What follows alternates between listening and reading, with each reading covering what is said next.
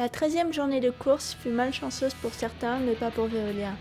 Paprec, Lubrac 2 et PRB mènent toujours la course en longeant la côte atlantique du désert du Sahara et la décision de Veolia, qui navigue à l'ouest depuis les îles Canaries, les a menés à prendre la 3e place au classement général.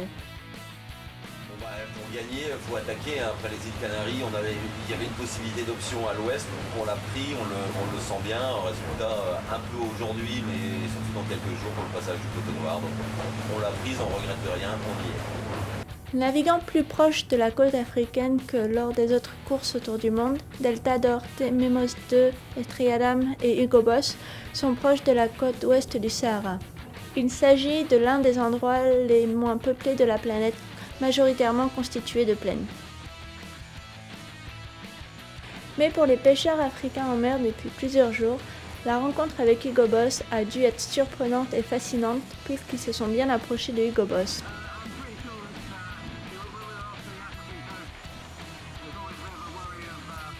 Je suis sûre que le long des côtes africaines, il y a encore des pirates. Ce bateau de pêcheurs s'est approché de nous dans le brouillard et nous a suivis. J'étais un peu inquiet et je pensais qu'ils allaient monter à bord, mais je vous promets que l'odeur des pieds de Capey les aurait arrêtés de suite.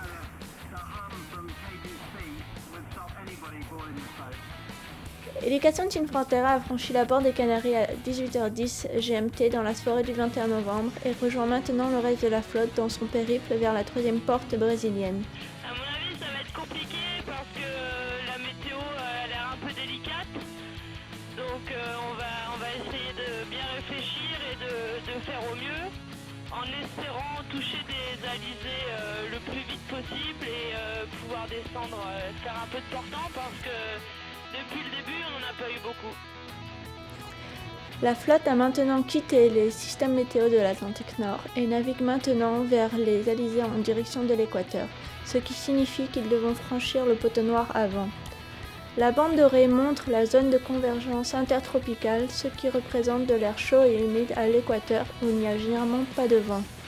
Ces analyses situent les bateaux sur la carte et les moindres changements de vent en force. La tactique est essentielle.